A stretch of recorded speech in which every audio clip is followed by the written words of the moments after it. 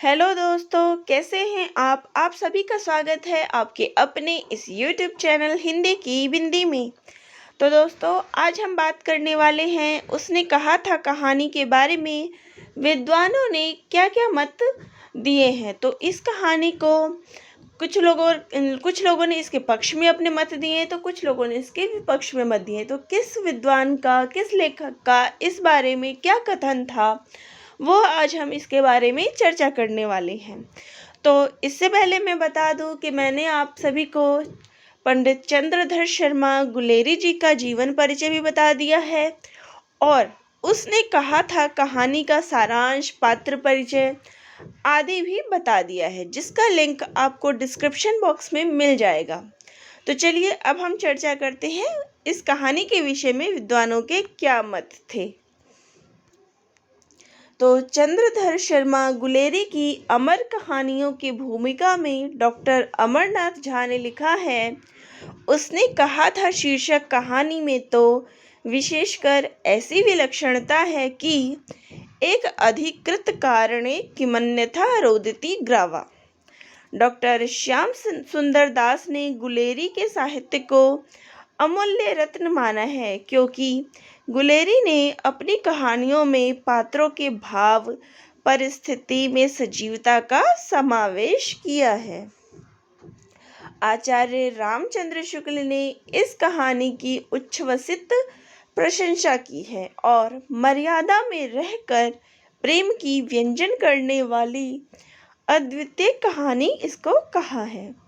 आचार्य नंद दुलारे वाजपेयी के अनुसार यूं उसने कहा था में घटनाएं भी है, संयोग भी है और रोमांटिक दृष्टि भी है, लेकिन उन सब का संगठन इस वैशिष्ट के साथ हुआ है और प्रेम, कर्तव्य और आत्म बलिदान का पारस्परिक संघर्ष का इतना असाधारण और संवेदनात्मक रूप में हुआ है कि कहानी नई हो जाती है।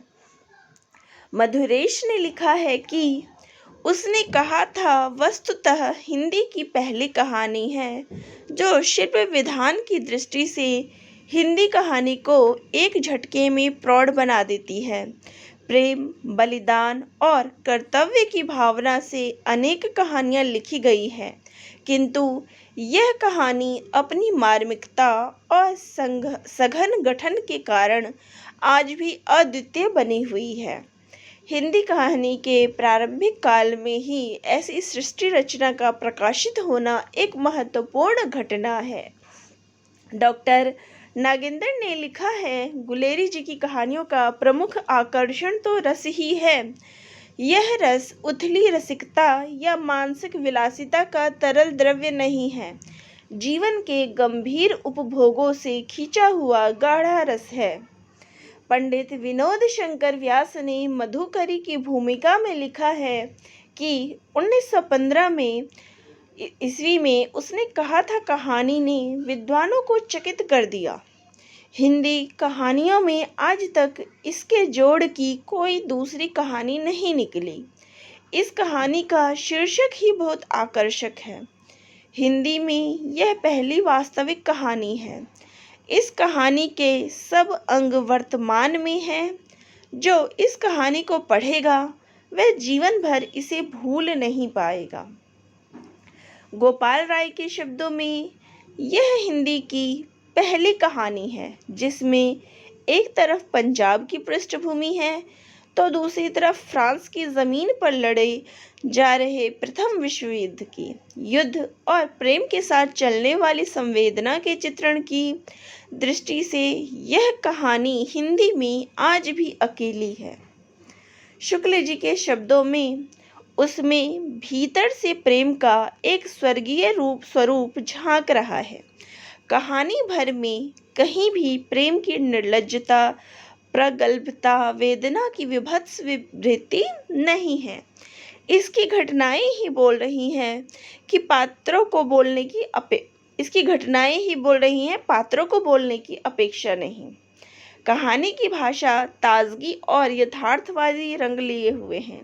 निस्संदेह यह हिंदी साहित्य की एक अमर कहानी है, स्पृहणीय उपलब्धि है। बच्चन सिंह के शब्दों में, यह कहानी सोमनाथ के मंदिर की तरह आकाश में लटकती हुई प्रतीत होती है।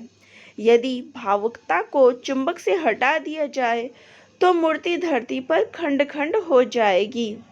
बच्चन सिंह ने सूबेदारनी की भिक्षा को स्वार्थपरता एवं लहना सिंह के त्याग को बेवकूफ़ी बताया है। तो दोस्तों, ये थे उसने कहा था कहानी के बारे में, जो अलग अलग विद्वानों के अलग अलग कथन हैं, अलग अलग उनके मत हैं, उस पर चर्चा। तो आप सभी को कैसा लगा कमेंट बॉक्स में ज़रूर लिखिएगा।